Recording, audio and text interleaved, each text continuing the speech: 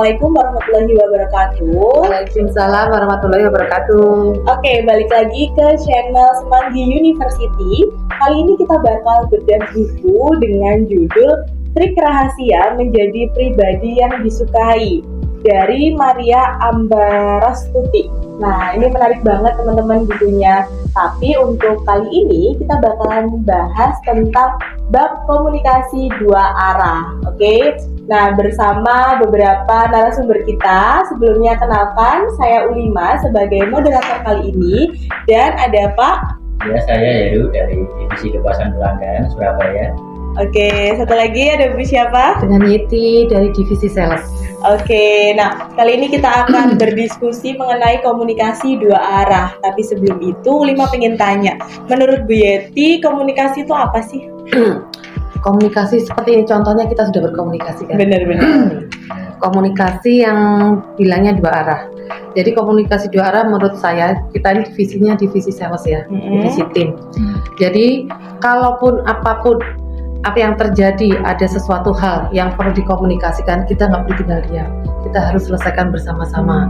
Jangan kita hanya mengarahkan, memberi masukan, tapi tidak ada imbal baliknya. Sama aja saya ngobrol sendiri, ya kan? Apapun bentuknya, komunikasi itu penting untuk discuss satu. Yang kedua, kita menyelesaikan suatu masalah yang tidak harus kita sendiri yang menyelesaikan. Saya menganggap kalau kita menyelesaikan sendiri egoisnya kenapa? Belum tentu saya ini belum tentu belum tentu orang lain benar menurut pendapat saya, tapi saya merasa egois benar sendiri. Nah, belum tentu juga nanti kita diterima nih omongan kita yang seperti ini. Oh, Bu, ini salah loh ini ya. Itu yang maunya aku ada feedback, ada timbal balik untuk dalam berkomunikasi. Jangan satu arah aja. Satu arah itu tidak memberikan suatu tujuan utama kita untuk tim. Menurut saya itu seperti itu sih. Penting ya berarti komunikasi dua arah. Oke. Untuk Pak Heru sendiri gimana nih komunikasi menurut Pak Heru? Menurut saya komunikasi ini bukan hanya untuk satu arah saja. Misalkan ini, kebetulan saya kan dari divisi kebasan pelanggan ini, misalkan yang dari customer. Ya, betul. Kita harus mendengar dan menyampaikan. Jadi jangan hanya mendengar customer gini-gini, tapi kita mendengar dulu. Nanti apa ini? Kendalanya di apa? Kita sampaikan yang pasti satu harus secara lugas, mudah dipahami. Paling nggak bahasanya mudah dipahami di customernya, misalkan. Terus kita juga saling mengisi, membantu customer ini istilahnya dengan kata-kata yang istilahnya lebih familiar ya. Jadi customernya ini juga nggak bingung, nggak bertele-tele betul. Kami sampaikan, misalkan kita sebenarnya sebagai jembatan penghubung dari produk ya, kali ini kan ke customer, istilahnya itu customernya bisa memahami produk kita. Jadi ternyata cara penggunaannya yang kita bantu. Nah, komunikasi dua arah itu penting juga. Jadi saling mendengar dan saling menyampaikan secara lugas, mungkin itu. Oke, mungkin nyambung juga ya kalau Bu Yeti juga dari customer terus ke manajemen, Bapak juga dari customer ke manajemen. Kalau saya mungkin lebih ke Bapak Ibu ke yang atas-atas seperti itu, menyampaikan apa sih yang di lapangan yang terjadi itu seperti apa, terus nanti di-compare sama manajemen yang ada di sini itu seperti apa gitu. Nah, menurutnya Pak Heru dulu deh, kira-kira komunikasi yang efektif itu yang seperti apa yang menurutnya Bapak?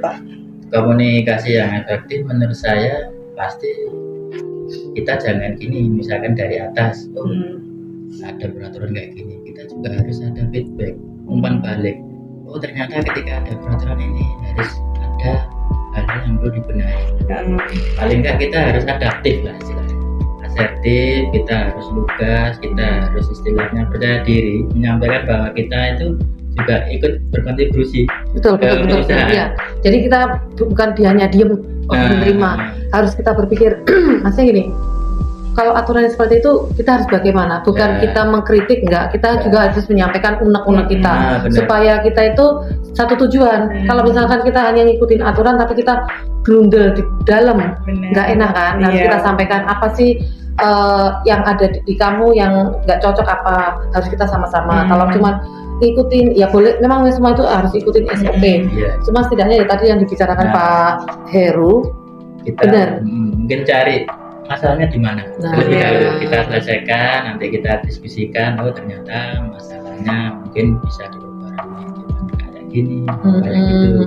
Mungkin Iya sih. ya. Kalau saya juga sebelum ditanyakan sama Mbak Ulima ya, Ya. sama prinsipnya dengan Benar. Pak Heru, sama Setuju, sama setuju. jangan sampai kita ya namanya kita tetap dua arah, komunikasi, discuss, kita seperti meeting, Nah, menemukan menentukan aturan yang baru seperti ini, menemukan masalahnya seperti ini harus diselesaikan, itu yang penting. Kalau misalkan kita ini harus lakukan, boleh saya lakukan, tapi dengan syarat saya harus begini loh Pak, kita harus tahu bawahan kita itu ada kendala apa, Iya. ya kan?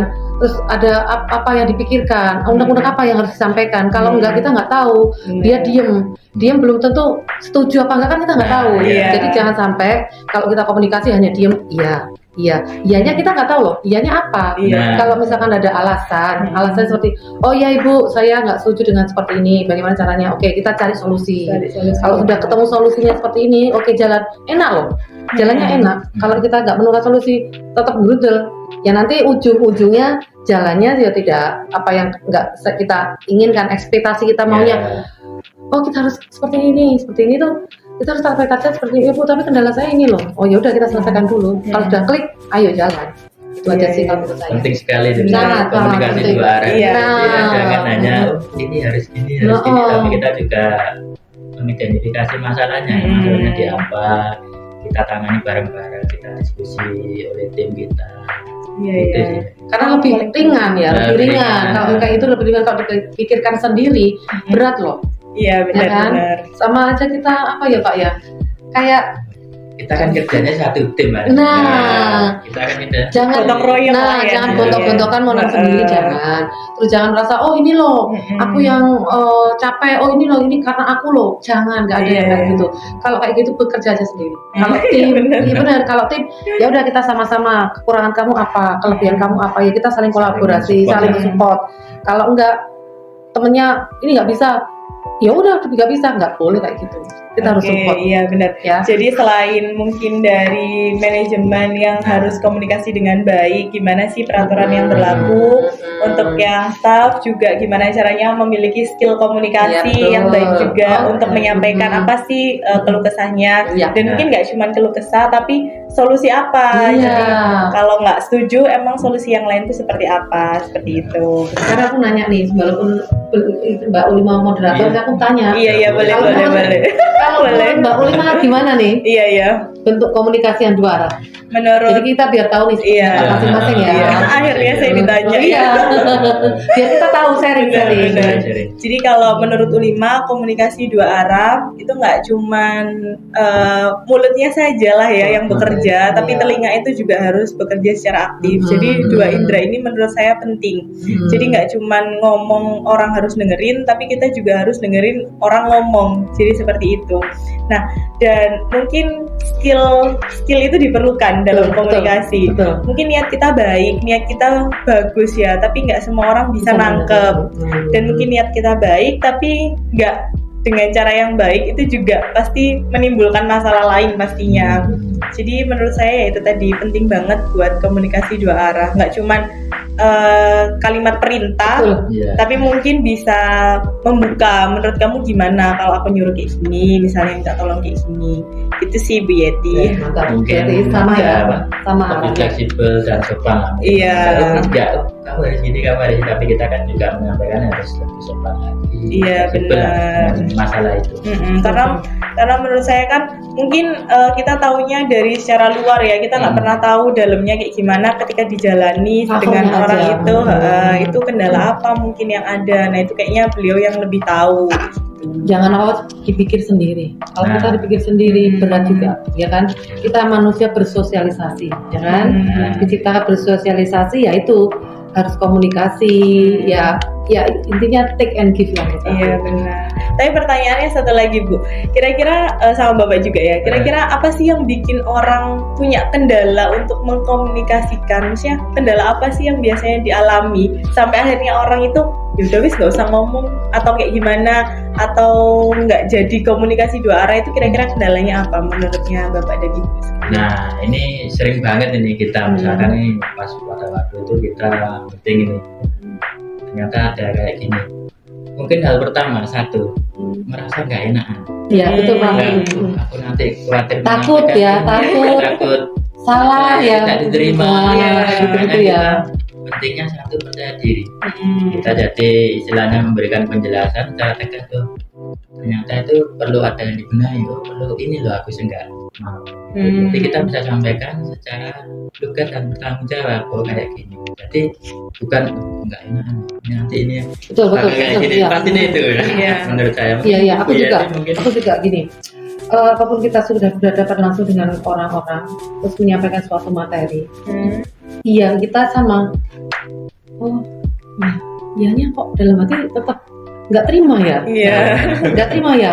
Terus buntutnya setelah kita selesai meeting baru ngomong. Iya, nah itu aku gimana, nggak Bu? suka. Nah, kalau gitu aku nggak maunya gini. Ya itu tadi, kita harus percaya diri, salah nggak salah, unek-unek kita yang merasa nggak nyaman, kita utarakan. Kalau saya, apapun nanti pendapat mereka, oh kok begini ya, nggak, menurut aku nggak masalah. Karena kita nggak tahu misinya yang di atas seperti ini, terus kita mau dikasih misi seperti kita kok nggak setuju. Nah, kita makanya harus dibicarakan atau nggak didiskusikan. Kalau aku saya nggak mau yang iyanya tapi gerudel-gerudel nggak mau aku. Iya. Ya. Kenapa aku nggak tadi? Kenapa nggak tadi? Iya. Ya aturan udah masuk, ya. Udah jadi ya. Ya udah kita apapun unek-unek ya kita sampaikan. Nanti kan kita diskusikan ngomong. Kalau aku sih seperti itu. Oke, mungkin mulai dari diri sendiri ya. Gimana caranya kita bisa lebih asertif, terus habis itu sopan menyampaikan pendapat, sama lebih fleksibel juga. Jadi selain kita nuntut orang harus paham, kita juga pasti harus memahami yang lain gitu. By the way itu Pak Heru apa tuh? Rencananya mau ngapain nih? Iya. Kan? Tadi udah menyediakan barang baru nih, BTP 289 loh ini. BTP 289 ya. Gimana nih Pak? Baru dari Kasen, mungkin ada kesimpulan dari diskusi kita hari ini. Oke, jadi kesimpulannya dari diskusi kali ini untuk tema komunikasi dua arah itu sangatlah penting, terutama di bidang pekerjaan. Apalagi kan di sini kita nggak cuma 1-2 orang, 1-2 kepala, tapi banyak banget kepala. Itulah kenapa skill komunikasi itu penting. Ditambah komunikasi dua arah itu juga jauh lebih penting. Nah, dan ada kata-kata bagus banget nih dari buku satu ini. Gimana Pak Heru? Komunikasi yang efektif adalah keahlian dasar untuk membentuk tim yang efektif, menciptakan kesatuan tujuan, dan menggerakkan organisasi ke tingkat yang lebih tinggi. Oke, nah cetakannya udah dirangkum nih di BTP 289 ya Pak ya. Iya, benar. Mantap. Oke.